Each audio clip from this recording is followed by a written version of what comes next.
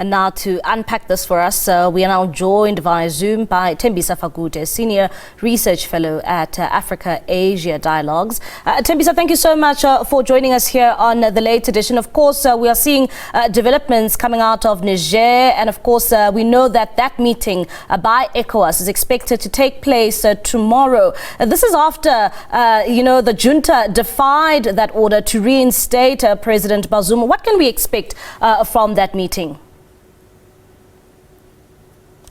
I think the meeting will try and advance the diplomatic track which they've said they were going to use in the first place before resorting into force or armed intervention in Niger. So it's likely that you're going to have them talking and exploring other diplomatic avenues, because I think, notwithstanding that they've promised that they were going to intervene, but I think they've jumped the gun, and many of them regret the statements that they've made in terms of them threatening the military intervention in Niger and trying to reinstall the presidency of Mohamed Bazoum. But I think it's going to be difficult for them henceforth. And of course, it's the egg in their faces at the moment, with the junta having defied them, and we have seen fourth day after that deadline that was given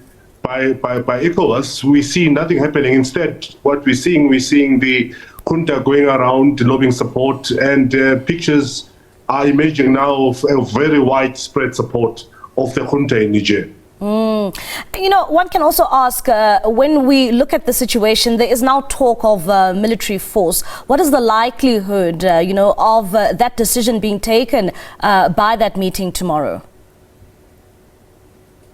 I think it's unlikely that they'll do it. And one of the main reasons why they won't do it is because of the popularity of this coup.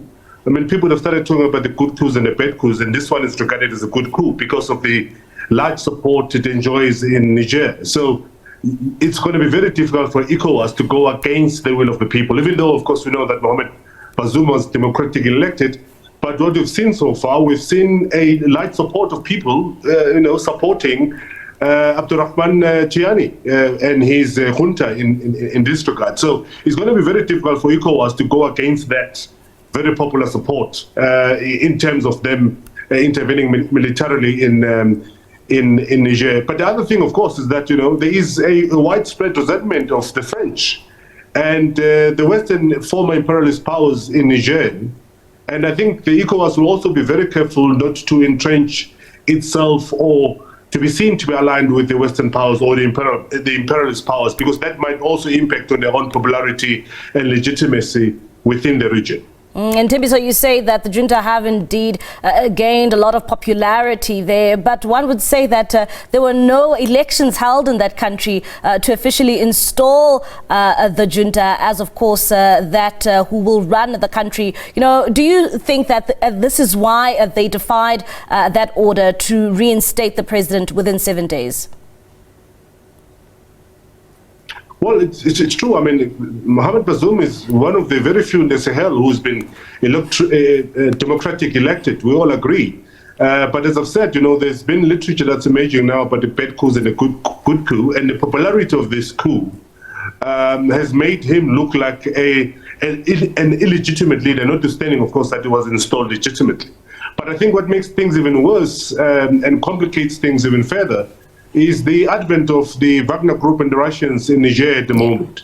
And the general hatred of the former colonizers, particularly the French. So if the intervention is militarily or from the ECOWAS, you are likely to have a pushback. And I don't think, even if he's reinstalled, you're going to have any semblance of peace, given the popularity of this coup, and given the support that is, at least from the pictures that we're seeing from afar, is currently enjoying. So it has to be a very, very carefully choreographed return of Mohamed Bazoum, if he does indeed go back, which I think is unlikely, given that the junta is digging its heels in terms of the way forward in this regard. So it's very complicated for ECOWAS, it's going to be complicated for the United States. Yeah. I mean, we've seen the United States today continuing with its own unilateral intervention and negotiating with the junta. So it's interesting times and days ahead. What would you say also then complicates, the nature of this coup? When you look at the sanctions imposed on, the people of Niger and going forward, how they will get by all, of course, those kind of obligations they have in terms of paying back their loans? Yeah, well, besides that, you will have, for the first time, I think, in my at least experience and scholarship in that part of the world, you have two other countries, of course, notwithstanding that are also led by leaders that were not elected. But you have got Burkina Faso and Mali, who have said that should ECOWAS decide to come in or use force in reinstalling Mohamed Bazoum, they will support the junta. In other words, they will fight with the junta to push back the forces of ECOWAS. That is very, very serious, because what it means, therefore, is that it means that we've got two members of ECOWAS who are actually going off script in terms of the intention of ECOWAS in Niger. And we've got three countries actually was saying that we'll fight the rest of the basically West African countries as they attempt to reinstall Mohamed Bazoum. So that in itself is very interesting. But again, having said that, it's very difficult for me to see a possibility of a successful junta moving forward, notwithstanding that you had the Europeans led by the French, you have the Americans, and the ECOWAS itself calling for sanctions and withdrawal of the funding, which the Niger desperately depends on. So without that money trickling in, there is going to be very, very difficult times economically and politically for people of Niger, including the junta itself. And of course, earlier you spoke about the Wagner group there from Russia. What role are they playing in all of this? And of course, the impact it has on Niger and this coup? Well, the Wagner group, like anywhere else, they do the dirty work for Vladimir Putin. We see them acting in Mali and in Burkina Faso and other parts of Africa, and that's what they intend doing this time around in Niger. A couple of hours after the coup, we already saw the Nigerians flying the freshly printed flags of both Russia and the Wagner Group. So it's business for them. I mean, the Wagner Group is a business organization involved in mercenary work, and they are soldiers of fortune. They thrive on bringing, in inverted commas, stability to unstable countries in Africa. And this is one of that business contract. And the fact that Niger has got large quantities of deposits of uranium makes it even much more attractive, because we see how they dealt with, for example, the RSF in Sudan. In Darfur, they, instead of taking cash or money for payment, they entered into some mining concessions. It's likely, therefore, that they'll be doing the same in Niger in terms of uranium, and we're going to see that uranium going back to Russia. So they are complicating the situation, and they thrive on these instabilities. And Thembisa, they are saying that there are calls coming out saying that diplomatic channels need to be used to try and resolve this problem. Do you think that, there's still time to use these diplomatic channels?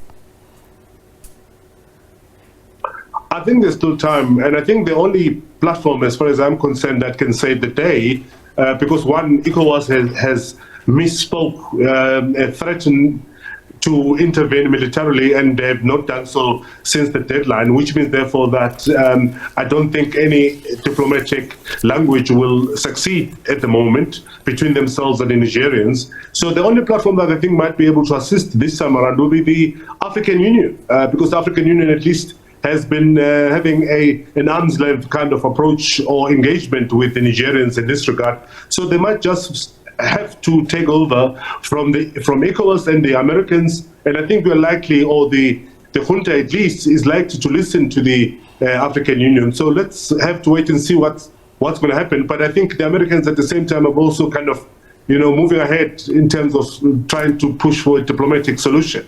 But I think when it comes to ECOWAS, the horse is bolted. I think the first few hours and the words that were uttered, at least by the leaders of ECOWAS regarding this conflict, has made the situation even much more complicated, and it's going to be very difficult for them at the moment to resume any diplomatic efforts. Thembisa, thank you so much for your contribution. That is Thembisa Fakude, Senior Research Fellow at the Africa-Asia Dialogue.